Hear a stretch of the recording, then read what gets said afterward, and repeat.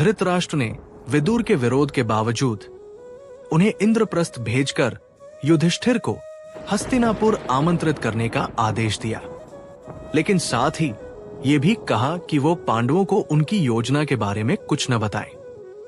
विदुर ने पांडवों को संदेश दिया और वे हस्तिनापुर आ गए।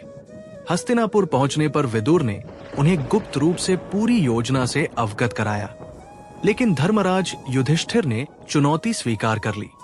द्यूत क्रीड़ा में पहले उन्होंने अपनी संपत्ति, फिर भाइयों, स्वयं को और अंत में द्रौपदी को भी हार दिया। विदुर ने विरोध किया कि युधिष्ठिर अपने आप को हारने के बाद द्रौपदी को दांव पर लगाने के अधिकारी नहीं थे, लेकिन धृतराष्ट्र ने प्रतिकामी नामक सेवक को द्रौपदी को लाने भेजा। जब प्रतिकामी द्रौपदी के पास गया तो उन्होंने पूछा, धर्मपुत्र ने पहले कौन सा दांव हारा, स्वयं को या मुझे? इस पर कोई उत्तर न मिलने पर द्रौपदी ने आने से मना कर दिया। तब क्रोधित होकर दुर्योधन ने दुशासन को भेजा, जिसने उसे सभा में घसीटते हुए लाने का प्रयास किया। सभा में पहुंचकर द्रौपदी ने समस्त कौरवों को ललकारा और न्याय की मांग की, लेकिन कोई कुछ नहीं बोला। तभी कर्ण ने द्रौपदी को दासी कहकर उसका अपमान किया और दुशासन से उसके वस्त्र हरण का आदेश दिया। हताश द्रौपदी ने श्री कृष्ण को पुकारा और उनकी कृपा से उसका चीर बढ़ता गया। अंततः दुशासन हार गया और थक कर गिर पड़ा।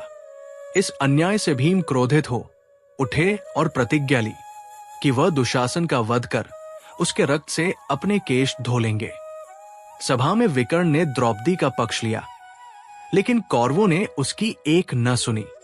अंततः धृतराष्ट्र को स्थिति संभालनी पड़ी और उन्होंने द्रौपदी को वरदान मांगने को कहा। द्रौपदी ने 2 वरदान मांगे।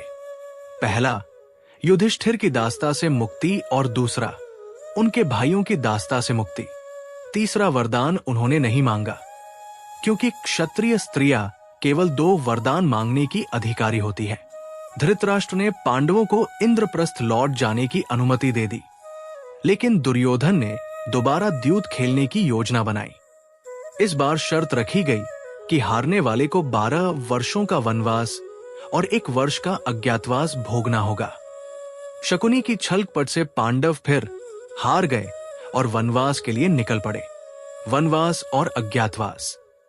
वनवास के दौरान पांडवों ने अनेक कठिनाइयों का सामना किया। 12 वर्ष पूरे करने के बाद उन्होंने अज्ञातवास के लिए मत्स्य देश जाने की योजना बनाई। उन्होंने अपने अस्त्र शस्त्र एक श्मशान में छिपा दिए और नए नाम व वेश धारण कर राजा विराट के दरबार में पहुंचे। युधिष्ठिर ने कंक नाम से राजा विराट के दरबार में द्यूत सलाहकार का कार्य संभाला। भीम बल्लभ नाम से विराट के रसोई घर में कार्य करने लगे। अर्जुन ने वृहन्नला नाम से राजकुमारी उत्तरा को नृत्य संगीत सिखाने का कार्य किया। नकुल ग्रंथिक नाम से घोड़ों की देखभाल करने लगे। सहदेव तंतीपाल नाम से राजा की गायों की देखभाल करने लगे। द्रौपदी सैरंध्री नाम से रानी सुदेशना की दासी बन गई। इस प्रकार पांडवों ने अज्ञातवास आरंभ किया, जहां उन्हें कई और कठिनाइयों का सामना करना पड़ा। आगे की कहानी के लिए हमारे चैनल को लाइक, शेयर और सब्सक्राइब करें।